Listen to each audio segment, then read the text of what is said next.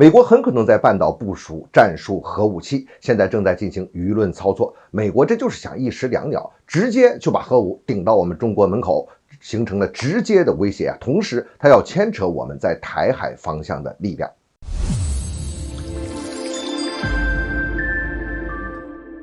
欢迎来到张斌观察，我是张斌。韩国那边不是出来一个所谓自主拥核论嘛，就是说我得有自己的核武器，这样我心里才觉得踏实。其实他这个说法真是一个昏招。你要是拥有了核武器之后，那意味着什么？那就意味着美国整个这一套核保护伞，这一套核霸权体系它要崩溃啊！你这是挖美国的墙角啊！这个好像是说起来我要增加我的力量，实际上那是把美国给坑在里边了。当然美国很快就把这个事情给压下去了，但是美国呢，他很会借势发力，他转而说半岛这边反正你们不都有这个愿望吗？那好啊，那我们就可以用一下这个所谓的北约核武共享模式，就是什么呢？我美国在我北约成员国里边，在欧洲这个方向来部署这个战术核武。现在美国在比利时呀、德国呀，还有荷兰、土耳其部署了大概100到150枚的 B61-3 型的战术核武器，而且逐步呢要把它升级到B61-12 型，这个更先进一些。它的核当量呢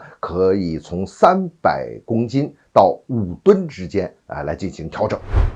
如果在半岛要是真的部署战术核武呢，美国选择的还是这个 B61-12 型，就是最新的这个型号。那么这个呢你要部署下去，那可不只是美军可以使用了，韩国现在有的 F-15 和 F-35 也可以使用。美国已经完成了 F-35 和 B61 战术核武进行匹配的这个试验。潜在的一个威胁就是说，不光是我美国在半岛的驻军啊，必要的时候可以扩展到让韩国的飞机也有使用核武的这个能力，这在某种程度上就满足了韩国这边的要求。而现在呢，为了推行这么一个事情呢，都在进行舆论上的操作。我们注意最近你看韩国那边的东亚日报还有它的朝鲜日报在公布这个民调，希望美国在半岛部署战术核武的这个民众的意愿呢是在提升，这是在进行舆论上的这么一个操作。而与此同时，我们看到美国内部他参院的外交委员会一个非常重要的参议员就是詹姆斯·李什，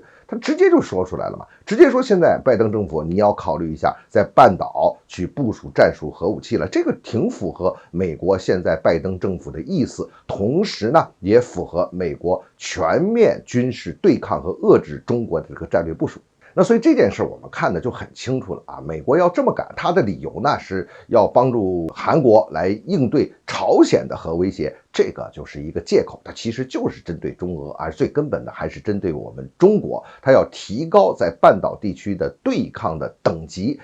提高了，威胁就增大了，制造冲突的可能性也就增大了，这是美国惯用的手法。第二一点我们要看到啊，这是美国全面对抗遏制我们中国中的一环，而且他这么干啊，从客观上是可以牵扯到我们在台海方向的力量的。美国不是没这么干过，大家可以回忆一下啊，台湾问题遗留至今，就和当年美国扰动半岛，我们被迫必须去打那一场抗美援朝作战是非常有关系的。所以我们看一看这些历史脉络，拿到今天来看依然是非常的清晰，美国的霸权运作就是这么一个运作的方式。